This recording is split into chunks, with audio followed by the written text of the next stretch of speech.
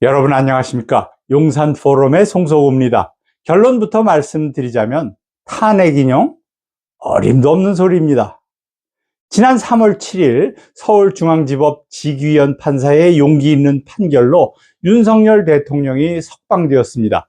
대법원장조차 눈치를 보고 있는 상황에서 한 부장판사가 정의롭고 현명한 결정을 내렸다고 생각합니다. 이런 분이야말로 대법원장이나 헌법재판소장을 맡아야 하지 않을까요? 이제 헌법재판소의 시간이 왔습니다. 저는 탄핵소추안이 기각될 것이라고 확신합니다. 사실 이 탄핵소추안은 처음부터 각하됐어야 마땅합니다. 계엄은 대통령의 고유 권한이며 국가 비상사태에서 계엄을 선포하지 않는 것이 오히려 직무유기일 것입니다. 지금이 국가 비상사태가 아니라고 할 수 있겠습니까?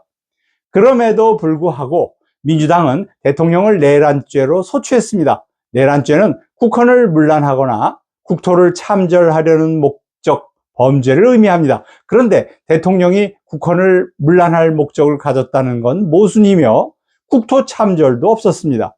모든 과정은 법적 절차에 따라 평화적으로 진행되었고 국회 의결에 따라 계엄도 해제되었습니다. 더욱이 부결된 소추안을 무효화하고 다시 상정하는 것은 명백한 불법입니다. 헌법재판소와 민주당이 내란 혐의를 빼는 거래를 했다는 의혹도 있습니다. 이런 탄핵 소추안은 처음부터 각하됐어야 했습니다.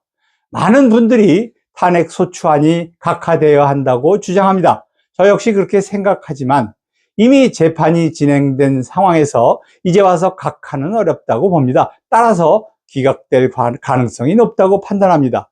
하지만 일부 극단적인 인물들과 민주당이 어떤 일을 벌일지 모른다는 불안감도 있습니다.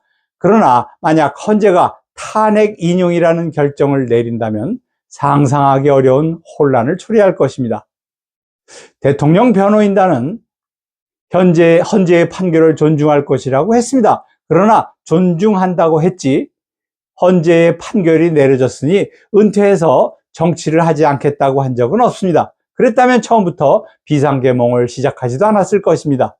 윤석열 대통령은 이미 여론조사에서 국민 52%의 지지를 받고 있습니다. 이것도 중앙선관위에서 내준 바이어스가 잔뜩 있는 오염된 모집단에서 조사한 결과이므로 실제 지지도는 훨씬 더 높을 것입니다.